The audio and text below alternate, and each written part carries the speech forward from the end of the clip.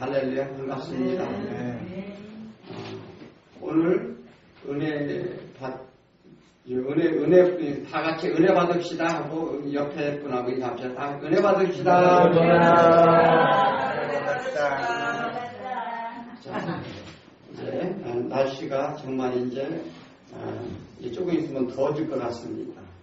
뭐 교회 이제 오시면은 춥다고 했는데 이제 추운 것도 이제 다 사라지는 것 같아요. 우리가 이제 은혜 받을 시간과 때만 남은 줄 믿습니다. 오늘 제목은 동역자를 만나자는 제목을 가지고 같이 하나님 말씀을 깨닫길 소원합니다. 우리는 세상에 수많은 사람들 중에 누구를 만나느냐가 가장 중요합니다. 그렇죠? 누구를 만나느냐. 주로 끼리끼리 만난다고 그러죠. 이 사람은요, 끼리끼리 만나게 돼 있어요. 근데 그것은 왜냐하면 각자 추구하는 방향과 생각이 같은 사람들끼리 만나게 되는 것은 우리 세상 사람들이 그 기본적인 필연적인 그 일들입니다. 그렇잖아요? 우리 좋은 뜻에서 만나는 사람은 좋은 뜻을 가지고 만나는 거. 나쁜 뜻에서 만나는 사람은 꼭 그렇게 나쁜 뜻에서 같이 만납니다.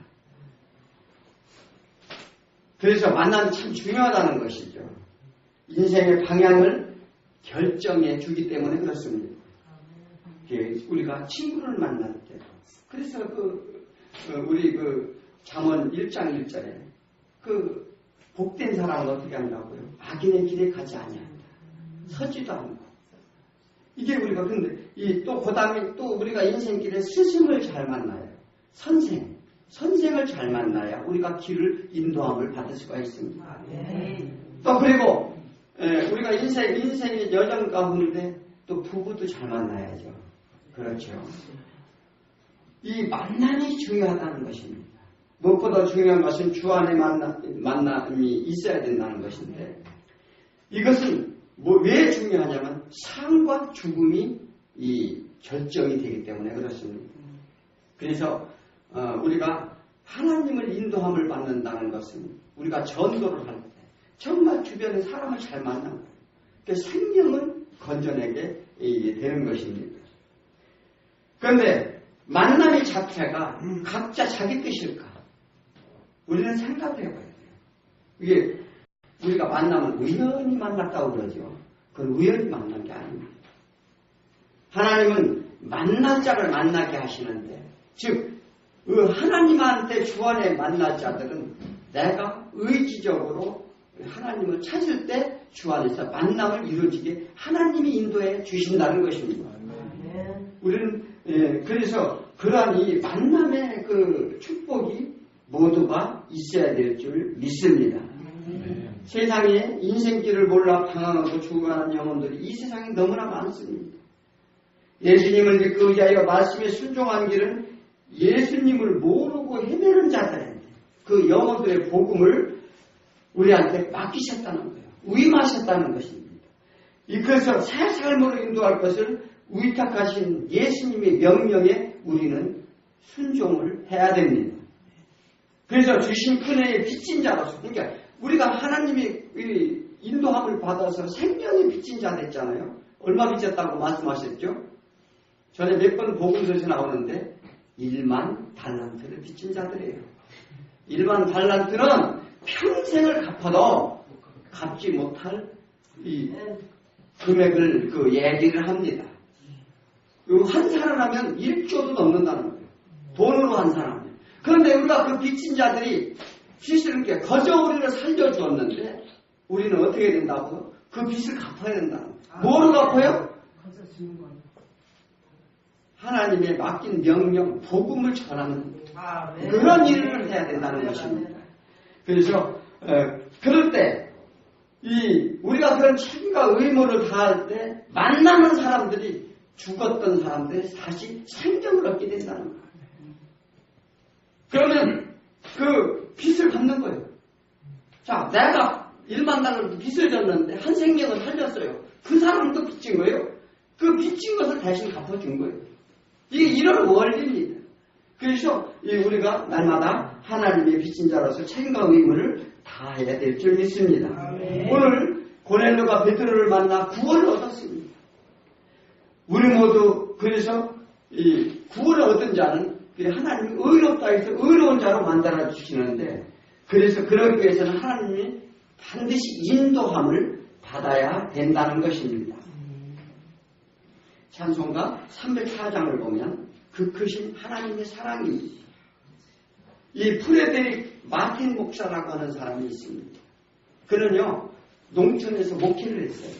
그런데 예나 지금이나 농촌 목회가 쉽지 않습니다.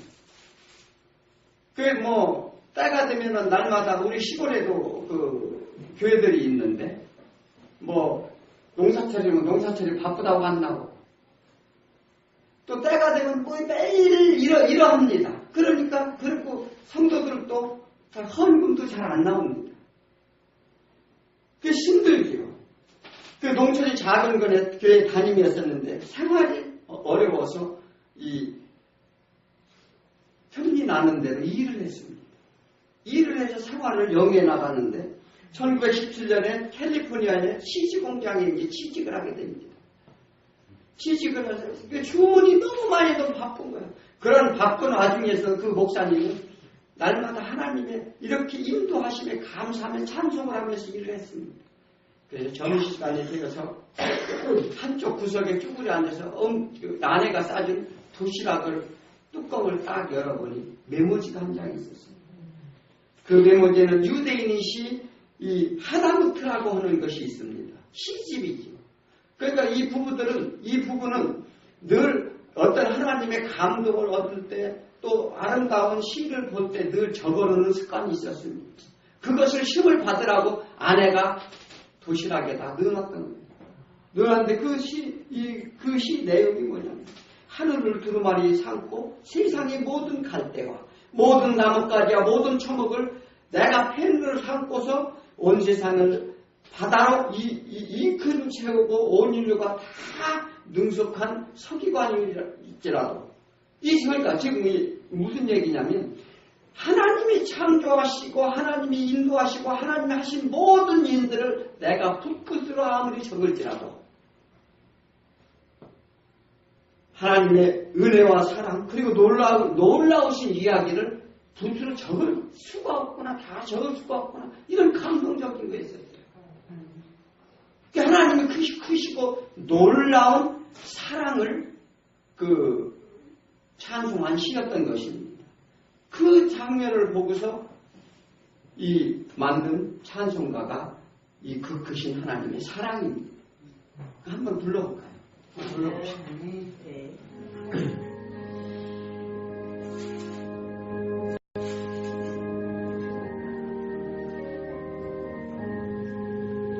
그 크신 하나님의 사랑 말로가 영원하네. 저 높고 높은 별을 넘어 이 낮고 낮은 땅 위에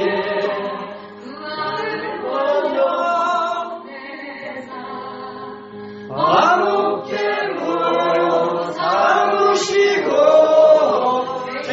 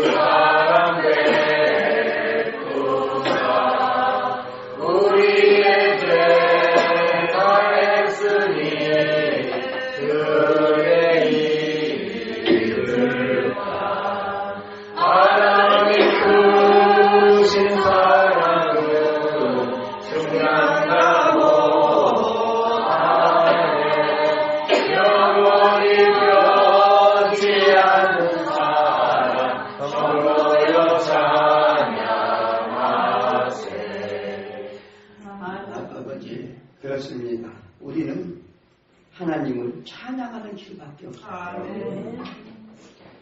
예, 그래서 우리가 하나님께 인도받으려면 그래서 기도해야 됩니다. 오늘도 한 영혼 붙여 주옵소서. 또한 믿음이 이 사람 덕에 있는 사람을 만나게 하여 주옵소서. 이런 사람이 복 있는 사람이에요. 또 자녀를 위해도 기도해야 합니다. 좋은 사람이 되어달라. 믿는 사람을 만나게 해달라. 하나님의 뜻에 합당한 자녀가 되게 해달라.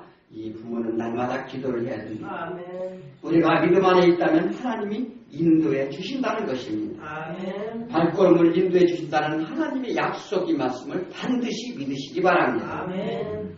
어느 한 가난한 과부가 있었어요. 그는 홀몸이 되어서 이 아들을 양육하고 있었습니다. 그 과부는 늘 말씀을 묵상하며 기도하는 성품에 경건한 이 어머니였습니다.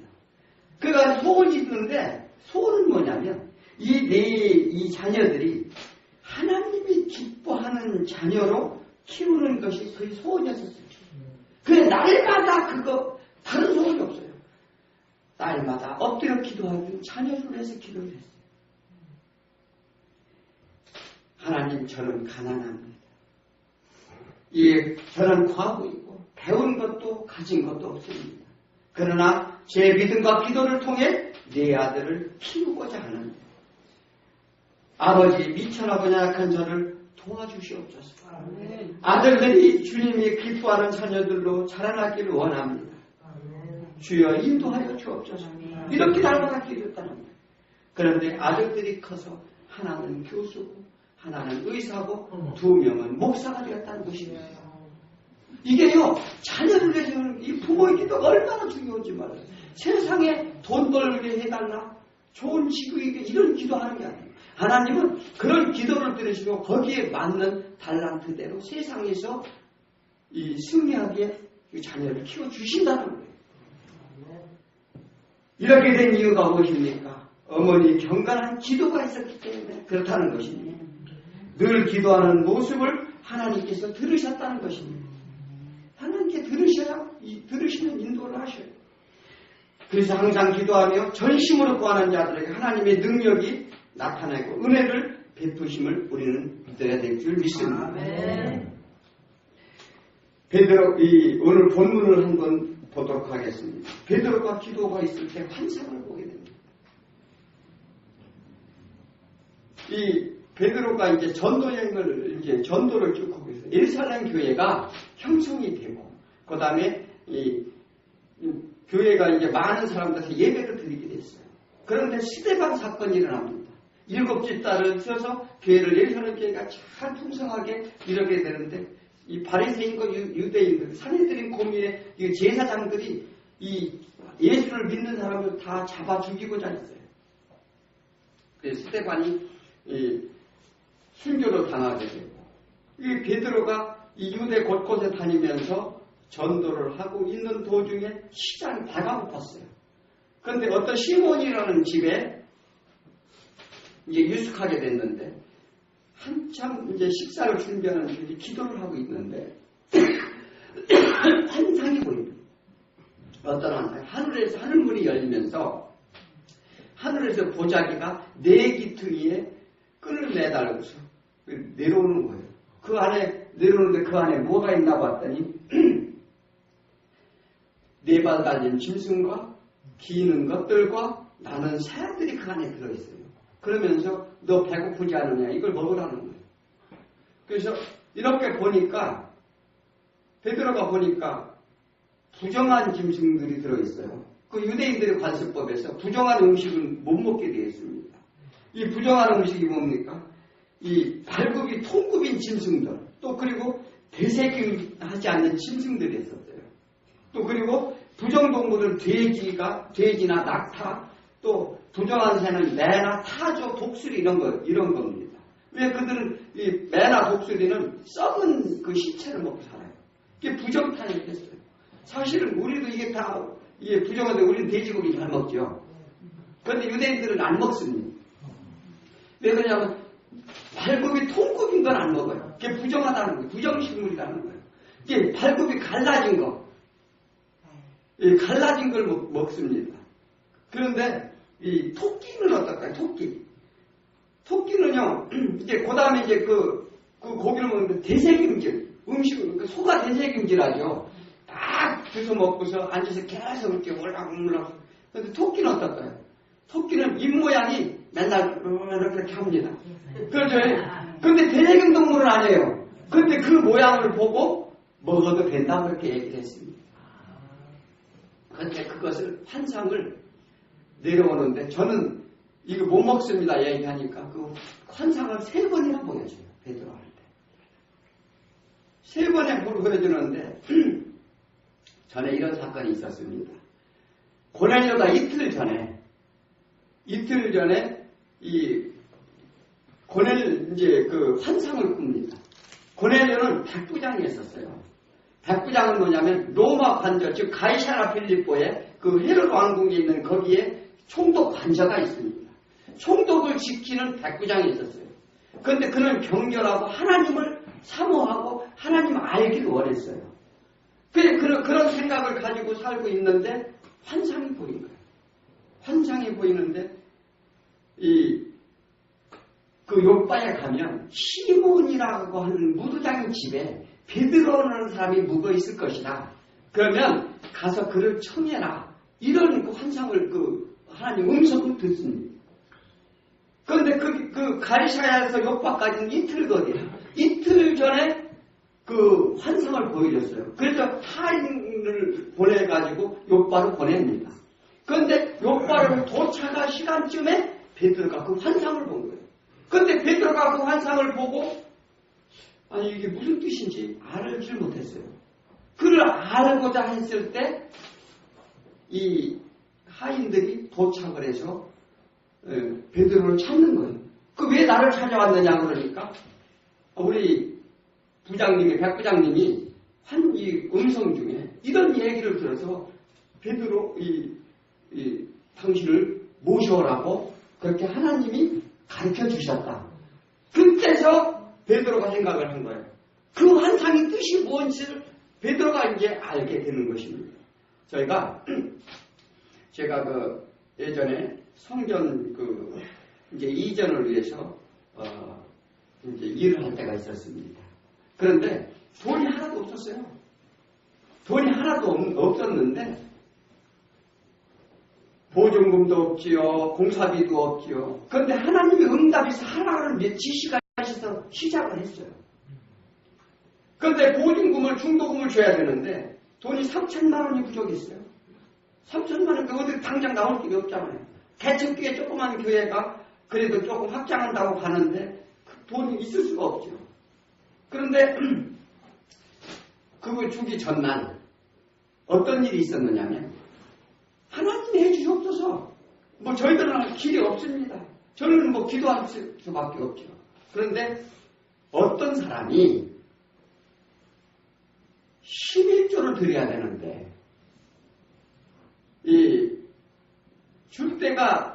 어디를 드려야 돼? 기도를 하고 있었대요. 기도를 하고 있었는데 땅을 3억 3천을 받았는데 그 11조는 얼마입니까? 3,300만 원이죠. 저희가 필요한 돈이 3천만 원이 있었어요. 그런데 하나님이 감동을 주셔가지고 그 다음날 정확하게 돈을 지불하는 날 3천만 원, 3,300만 원을 보내왔어요. 이게 왜냐하면 기도하는 사람은 기도의 응답이 이렇게 있는 거예요. 우리가 그렇게 왜냐하면 오늘 이 베드로와 이 고넬료가 하나님을 사모하니까 베드로를 청하게 된 거예요. 그걸 기도의 응답으로 떨어지는 것입니다. 그래서 우리는 정말 어떤 만남이 이루어야 되느냐. 이 당시 유대인들은요, 이방인들을 부정하다 여겼어요. 왜냐하면 부정한 음식이 내려가는 것은 이방인을 만나라는 뜻이었었어요. 오직 구원은 자신들의 특권으로 여겼습니다. 그러므로 베드로 또한 이런 환상을 보고 나는 음식을 먹지 않겠다 이렇게 부정을 한 거죠. 우리 신앙인들도 그런 게 있어요. 신앙인들이 우리 기독교인들이 약간 교만한 게 있어요. 우월주의에 빠졌다는 거죠. 이 이스라엘 민족들만 얘기할 것이 아니고 왜냐하면 뭐라고 하면 구원도 못 받는 게 그리고 가서 그들을 권면을 할 때 사랑으로 다가가는 것이 아니라 가서 이 진리를 가지고 막 갖다가 찔러대고 상처를 올리고 더 주고 오는 사람도 허다합니다. 우리 그러면 안 된다는 거죠. 그러니까 하나님의 지극한 사랑을 우리는 받아야 가서 그들을 사랑으로 구제해낼 수 있다는 것입니다. 이 어느 집에 있는지 장소까지 다 알려줘요. 하나님께서. 욥바에 가면 그러니까 정확하게 이틀 뒤에 계시를 똑같이 주셨는데 고넬료가 하나님의 음성을 다하면 이틀 뒤에 베드로가 그 환상을 보게 돼요. 그런데 그 가는 거리가 이틀을 걸리는 거리였었어요. 그런데다가 어느 집에 이 시몬이라는 무두당인 집에 있는 사람을 데려와라. 이렇게 하나님의 이제 가르침이 있습니다. 이건 성령이 이끌려서 이 만남을 이게 이루어지게 만든다는 것입니다. 그래서 복음 안에서 만남이란 유대인과 이방인이 만남이 있게 되고 또 이는 복음이 민족 구분이 없다는 것을 보여줍니다. 그래서 이들이요 희한하게도 이 사도행전이 뭡니까? 유대와 예루살렘과 사마리아 땅끝까지 복음을 전하게 되리라는 말씀인데 이들에 의해서 이 고넬료의 이 전도를 통해서 안디옥 교회가 탄생을 합니다. 또한 이 사건으로 인해서 사도 바울이 사도의 변증에 나서게 됩니다. 베드로가 예루살렘 공회에 이 사도 바울이 갔어요. 갔는데 네가 무슨 사도냐? 네가 무슨 복음을 전한다고 그렇게 자랑을 하느냐? 너 인정할 수 없다고 했을 때 또 이방인들을 위해 복음을 네가 전하러 다니냐? 이렇게 많은 사람들이 유대인들이 핍박을 할 때 베드로가 가서 변증을 하는 거예요. 이방인전도 하나님은 이렇게 여기 바로 이제 뒷장이 나옵니다. 왜? 내가 보니 하나님이 말씀하셔서 누구나 다 복음을 듣게 하나님이 허락하셨다. 이런 것을 변증함으로 정식 사도로 인정받는 계기가 됩니다. 이 하나님의 놀라운 계획과 역사를 이렇게 이루어져서 이 만인에게 복음을 전할 수 있도록 인도해 주신다는 것입니다. 그래서 우리는 첫 번째는 하나님의 말씀을 간절히 소망하는 자가 돼야 될 줄 믿습니다. 아멘. 이 고넬료는 가이사랴 총독관저의 호위라는 백부장이었는데 당시 권세가 막강했어요. 백부장 정도면은요, 소위 말하는 우리 청와대 경비를 보는 사람은 이 권력이 막강합니다. 감히 얹어볼 수가 없죠. 그런데 그는 경건했어요. 백성들을 구제하고 긍휼히 여기는 마음을 가졌어요. 그래서 오늘 본문에 사람이 뭐라고 말씀하세요? 내 구제와 섬김이 하나님이 응답하셨느니라. 들으셨다고 말씀하셨어요. 우리도 이렇게 삶 속에서 정말 기도하고 하나님께 말씀에 또 그 다음에 이렇게 무엇을 위해서 이렇게 우리가 섬기며 기도할 때는 하나님이 반드시 들으시고 응답해 주신다는 것입니다. 아멘. 그리고 하나님은 갈망하는 마음이 있었어요. 그렇기 때문에 하나님이 이 고넬료에게 오셔서 음성을 주시고 만나 주셨던 것입니다. 그렇게 해서 베드로를 만나게 되죠. 이 33절에 당신에게 명하신 모든 것을 듣고자 하여 다 하나님 앞에 있나요? 그런데 그의 마음은 뭐냐면 하나님의 말씀을 듣고자 하는 마음이 있었어요. 그가 높은 지위에 있다고 해서 교만한 마음이 전혀 없었습니다. 사모했고 갈망했다는 것입니다. 우리가요 하나님 말씀을 갈망하고 사모하는 자에게 은혜를 준다는 거예요. 아무런 생각이 없는 사람 절대 절대 주지 않습니다. 세상에 어떤 지위가 있다고 칭찬을 한다고 겸손하다고 하는 이 세상 사람이 이 말하는 것은 당연할지 모르지만 그러나 고넬료는 겸손했습니다. 은혜를 받기 좋은 심령을 가지고 있었다는 거예요. 그래서 말씀을 알기를 원했고 듣기를 원했고 어떤 욕심이나 어떤 신비의 체험이나 내 하나님께 뭐 나 이렇게 해주옵소서 이런 생각을 가졌던 게 아니에요. 오직 하나님을 만나고 하나님의 말씀의 뜻이 무엇인지만 알기 원했다는 거죠. 그래서 그에게 은혜 위에 은혜를 더하게 합니다. 그게 은혜 위에 은혜를 더한다고 그러죠. 우리가 구하는 것을 이적을 바라고 어떤 기적을 바라고 이런 걸 구하지 마세요. 온전한 마음의 중심을 가지고 하나님의 뜻에 대해 사모하는 마음이고 경건한 마음으로 기도할 때는 하나님이 그 응답을 들어주시는 거지. 그러면 그런 응답뿐만 아니라 그 은혜 위에 더 다른 큰 은혜를 더 주신다는 거예요. 보너스로 주신다는 것입니다. 욥기서 22장 29절은 내가 낮춤을 받거든 높아지리라 말하라. 하나님이 겸손한 자를 구원하시느냐. 겸손의 말씀을 사모하는 자에게 구원의 놀라운 역사가 있다는 것입니다. 이때 데살로니가전서 2장 13절에 이렇게 말씀하십니다. 하나님께서 끊임없이 감사하면 너희가 우리에게 들은 바 하나님 말씀을 받을 때 사람의 말로는 받지 아니하고 하나님 말씀으로 받음이니 이 말씀이 믿는 자 가운데서 역사가 아니니라. 세상 사람들의 말은 상처가 됩니다. 그죠?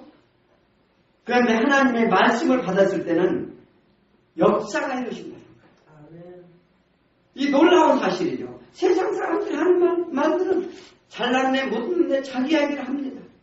그러나 하나님 말씀만이 우리의 생명의 길이고 정말 놀라운 역사가 놀라운 하나님의 긍휼하심과 자비하심이 우리한테 보이게 된다는 것입니다.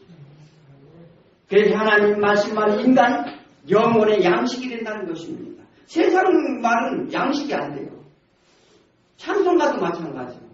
저 어디 그 큰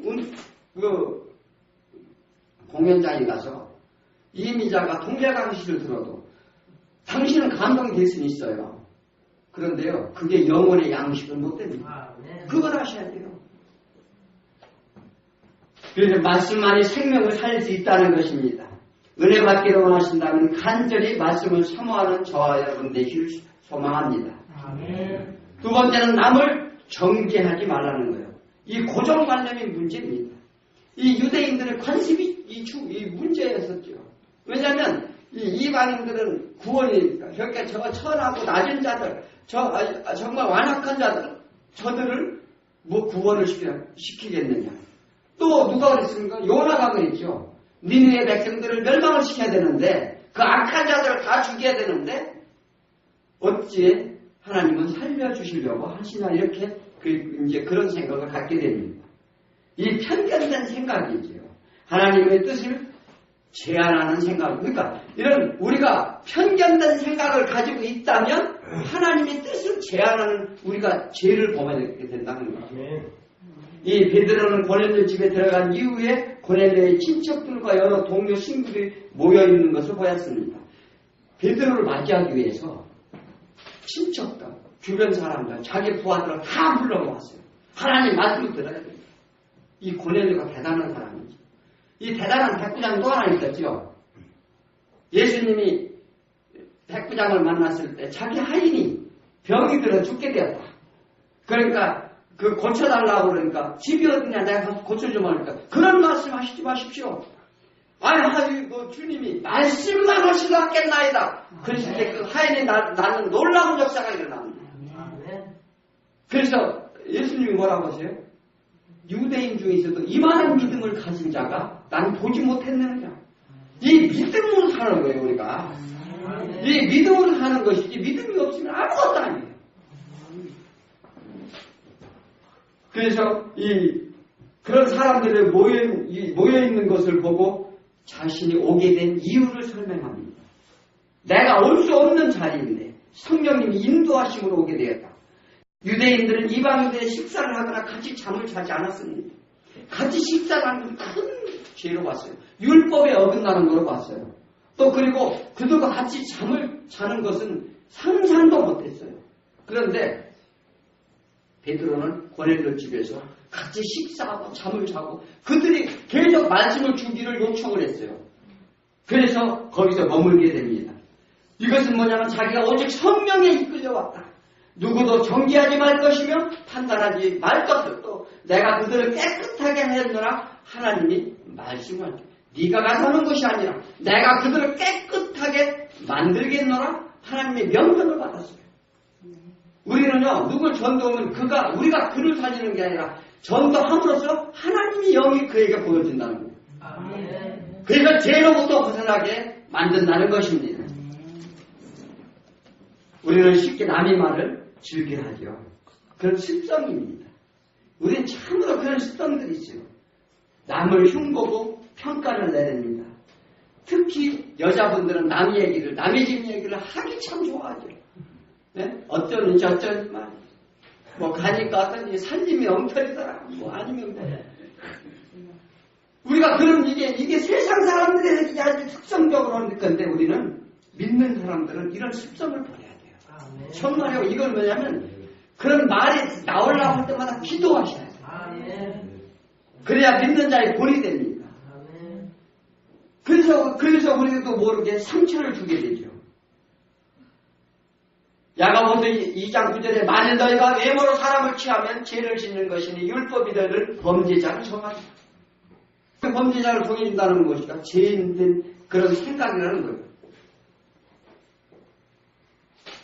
고넬료는 부끄러운 우리가 부끄러운 말을 하지 말라는 거예요.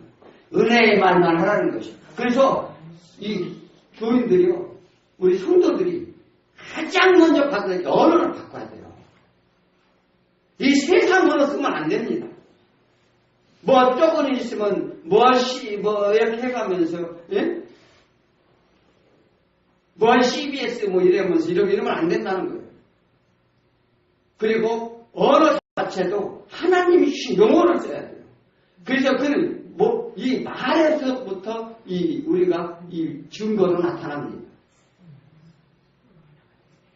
하나님이 그들에게 말씀하십니다. 하나님이 받으셨으므로 너도 그들을 받아들여라. 그를 편견을 갖지 말라, 멸시하지 말라, 판단하지 말라. 하나님 뜻을 알고 해야 된다는 것입니다. 우리의 판단과 정죄는 하나님의 주권임을 알아야 됩니다.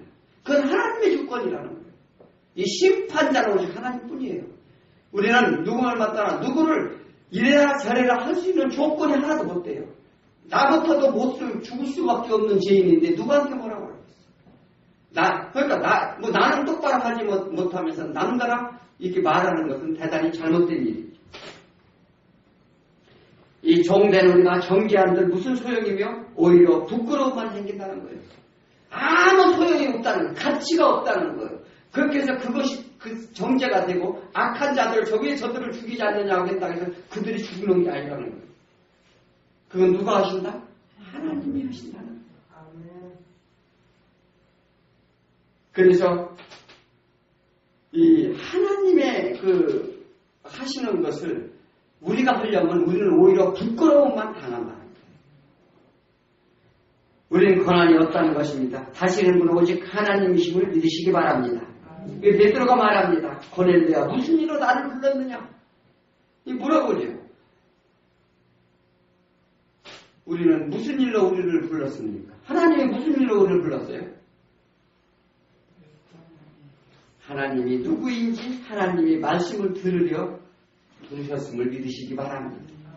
이 뜻처럼 이렇게 말씀을 무슨 말씀을 하시려고 부르셨는지 우리도 그래서 달려나오고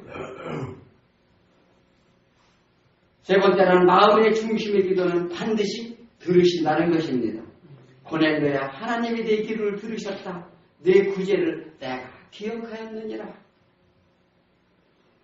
믿음의 기도는 하나님이 반드시 응답해 주신다는 것입니다. 그 기도의 내용은 하나님이 명하신 모든 것.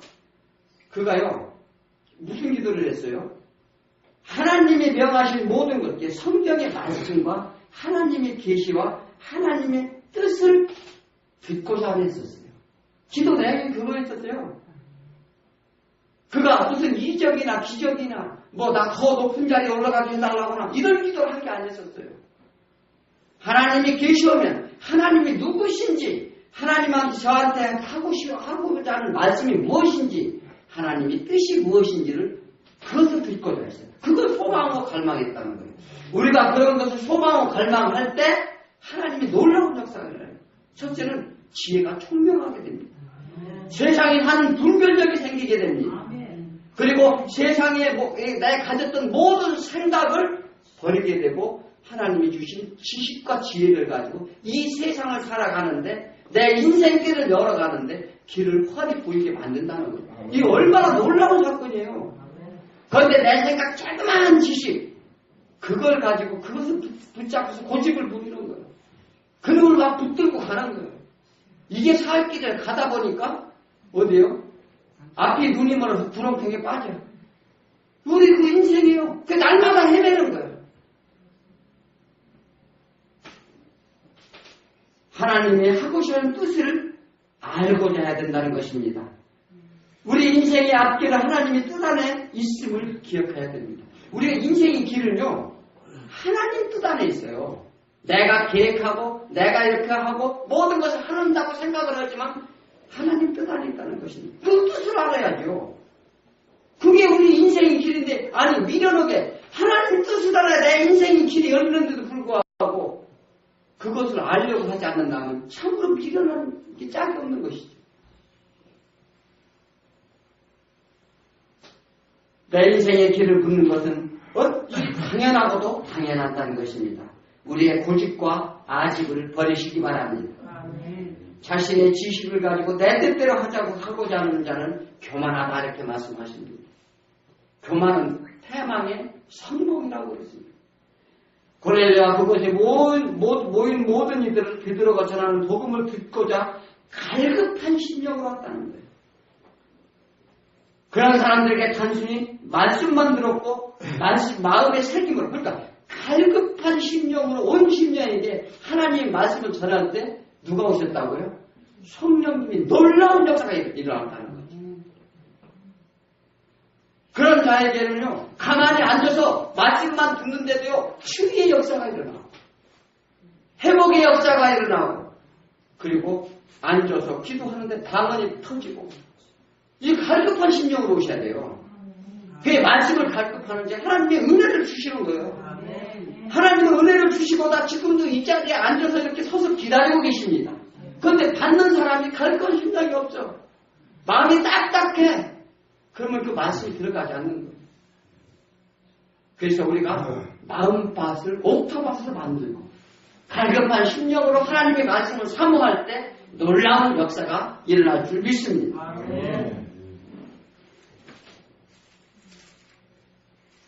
세상 사람들을 듣기를 주류하는 말이 있습니다.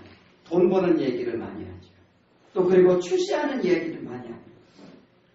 또 건강에 이것이 건강이 좋더라. 굉장히 관심이 많아요. 귀가 쫑긋합니다.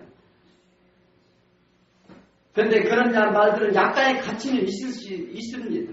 그러나 믿는 자에게는 무엇보다 중요한 것이 있는데 복음의 말씀을 듣기 위해서 소원해야 된다는 거예요.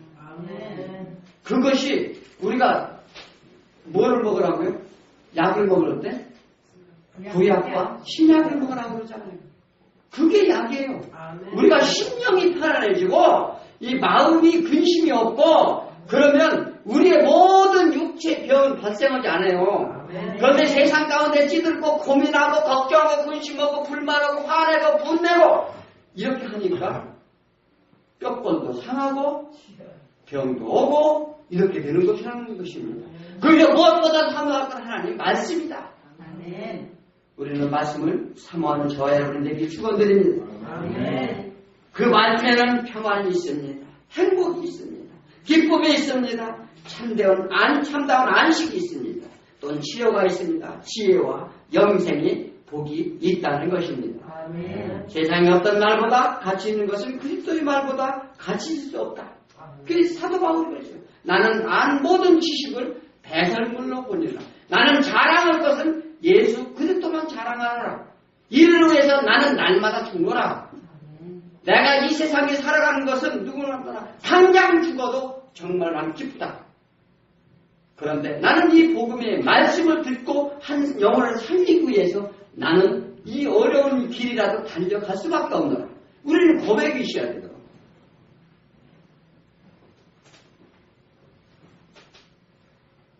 골로새서 3장 6절에 그리스도의 말씀이 너희 속에 풍성히 거하여 모든 지혜로 피차 가르치며 권면하라 말씀하십니다. 베드로에게 하나님의 말씀이 대언자로 세워주었습니다. 또한 우리에게도 어떻게 해요? 말씀의 대언자 다 세워주신 거예요. 복음을 전하는 자로 다 이 위임하고 맡기셨다는 것입니다. 사도행전 11장 14절에 보면 너와 내 집은 온 식구가 구원의 말씀을 들려줄 것이다. 이 고넬료에게요, 모든 식구들 구원의 말씀을 다 그들에 들려줄 것이다 말합니다. 하나님을 사모하며 갈망하던 고넬료에게 구원의 빛이 비치게 됩니다. 즉 구원의 빛이 비친다는 거예요. 생명을 얻었다는 거예요. 우리의 생명은 무엇으로 바꾸려고 하십니까? 돈으로? 어떤 물질로? 시몬이 그랬어요. 구원을 자기가 이 하나님의 성령의 능력을 어떻게 얻을 수 있나? 돈이 얼마 주면 살 수 있겠냐고 물어봤어요. 돈으로 사는 게 아니에요. 돈, 명예, 직위, 신분으로 얻을 수 없는 것이 구원입니다. 우리의 마음속에 오직 예수 그리스도를 믿음으로 말미암아 구원이 이루어진다는 것을 믿으시기 바랍니다. 그러기 위해서는 우리가 어떻게 해요? 기도해야 된다는 거예요. 생명의 빛으로 밝히시기 위해 자녀들을 또 위해 기도해야 돼요. 주변 사람들 위해 기도해야 되고 자신의 영혼을 위해 기도할 때 하나님은 주 안에서 동역자를 보내시고 만나자를 만나게 해주시고 우리를 형통케 해 주신다는 하나님의 약속의 말씀입니다. 우리는 생각과 뜻은 하나님 생각과 뜻을 전혀 달라요. 이 이스라엘 민족이 기도할 때 모세를 준비시켰어요. 우리는 기도하지 않기는 반드시 동역자를 준비시킨다는 거예요. 제가요, 기도하면은요, 희한하게 기도하는 대로 사람을 붙여주더라고요. 이게 주 안에서 우리가 하나님의 뜻에 맞는 기도를 하는 자에게 붙여줘요. 그러면 우리가 예를 들어서 내가 매일 여기 엎드려서 기도할 때, 우리 교회에 많은 돈을 벌게 해주십시오. 이렇게 기도해야 됩니다. 그럼 하나님 해주실까요? 안 해주시는 거예요. 이 사람의 하나님은 뭐냐면 동역자를 붙여줘서 사람으로 하여금 해주게 합니다. 이렇게 하신다는 거예요. 오늘 본문을 얻으실 교훈을 정리해 보도록 하겠습니다. 첫 번째는 베드로의 순종과 고넬료의 겸손함입니다. 베드로는요, 이방인들한테 순종해서 달려갔을 뿐만 아니라 이 고넬료는요, 높은 짓고 권위를 다 내려놓고 베드로가 왔을 때 바로 무릎 꿇었어요. 그 베드로가 일으키지요. 그러지 말아라. 오직 무릎 꿇을 것은 하나님한테 꿇어라. 이렇게 말합니다. 이런 겸손함이 있어야 돼요. 베드로의 권위를 인정하는 겸손함을 가졌습니다. 이는 말씀을 간절히 소망했기에 가능했던 일이기도 합니다. 하나님 말씀을 소망하는 자는 겸손할 수밖에 없어요. 두 번째는 이 서로의 만남은 하나님의 섭리라는 거예요. 하나님의 뜻이라는 것입니다. 세상에 누구도 하나님 아래에서는 한 가족이요 형제인데 하나님은 만날 자를 만나게 하기도 하시고 이 기도하는 자는 미리 예비해서 내가 이곳에 있잖아. 그러니까 욥바와 이 가이사라 거리는 상당히 서로 알지 못하지만 하나님의 성령이 교통을 하신다는 게 먼저. 그래서 그러한 우리가 이 세상 안에서는 이 높고나게 기천이 있지만 이 하나님의 이 안에서는 기천도 없고 흑인 백인 따로 없고 하나님은 다 공평히 보시고 남을 업신여기가 정죄치 않고 하나님은 다 기이 여기신다는 거예요. 그래서 때에 따라서 작기 만남, 우리의 부부의 만남도 마찬가지예요. 희한하게도 우리는요 불평불만 많지요. 그런데 사실은 맞게 맺어주는 거예요. 이게 누구 잘못이요? 다 내 잘못이에요. 하나님은요, 이 그냥 만나게 안 해줘요. 그런데 우리가 그 하나님 뜻을 모르는 거예요. 그 뜻을 아셔야 돼요. 하나님 뜻을 구했을 때 놀라운 변화의 역사가 이루어진다는 거예요. 그 기도하라죠. 믿지 않는 남편을 위해, 믿지 않는 아내를 위해 기도하는 것은 뭐냐면 하나님 뜻을 알아갈 때 바로 그게 되는 거죠. 내 이성과 판단으로 막 부딪히고 싸우고 이런다 될 문제가 아니에요. 우리가 이걸 잘 아셔야 됩니다. 세 번째는 하나님을 갈망하는 중심의 기도를 반드시 응답의 역사가 있음을 믿으시기 바랍니다. 구원의 말씀을 듣고자 하는 자에게 모든 생명의 복을 주신다 말씀하십니다. 이것이 오늘 본문 내용의 간략한 줄거리입니다. 우리는 이성적인 판단으로 살아가는 것이 안 된다는 것입니다. 어떤 경우에든 인생의 길을 하나님께 물으시는 저와 여러분 되기를 축원드립니다. 안내자 되신 예수 그리스도께서 반드시 푸른 초장 힐만한 물가로 인도해 주신다는 것입니다. 고넬료 또한 회심케 되어서 성령의 기름 부음을 받게 됩니다. 또한 헬라인들이 믿음으로 달려나오는 놀라운 역사가 일어나게 돼요. 그래서 이 안디옥교회가 형성됨으로 말미암아 이 사도 바울이 거기에 이 바나바가 이 그쪽에 머물면서 이제 전도에 전 세계로 퍼져가는 교두보가 형성이 됩니다. 하나님의 계획 가운데 다 세워주신 거예요. 그래서 우리도 하나님의 계획 가운데 다 세워줬어요. 그런데 그거 하나님 뜻을 물을 때 우리가 해야 될 일과 가야 될 길을 하나님이 밝혀주신다는 거예요. 우리는 반드시 그러한 이 고넬료 같이 고넬료 그 쓰임을 받았어요. 그래서 하나님을 경외하는 그 의를 행하는 그렇게 기쁘게 달려가는 저와 여러분이 되기를 축원드립니다. 그래서 날마다 내 능력이 아니라 하나님의 능력으로 행하는 모든 일들이 이루어지고 좋은 믿음이 동역자를 만나시고 나를 도와주는 사람이 있어야 돼요. 그렇잖아요? 그 기도하시면 돼요. 하나님을 기쁘게 하는 우리 모두가 되기를 축원드립니다.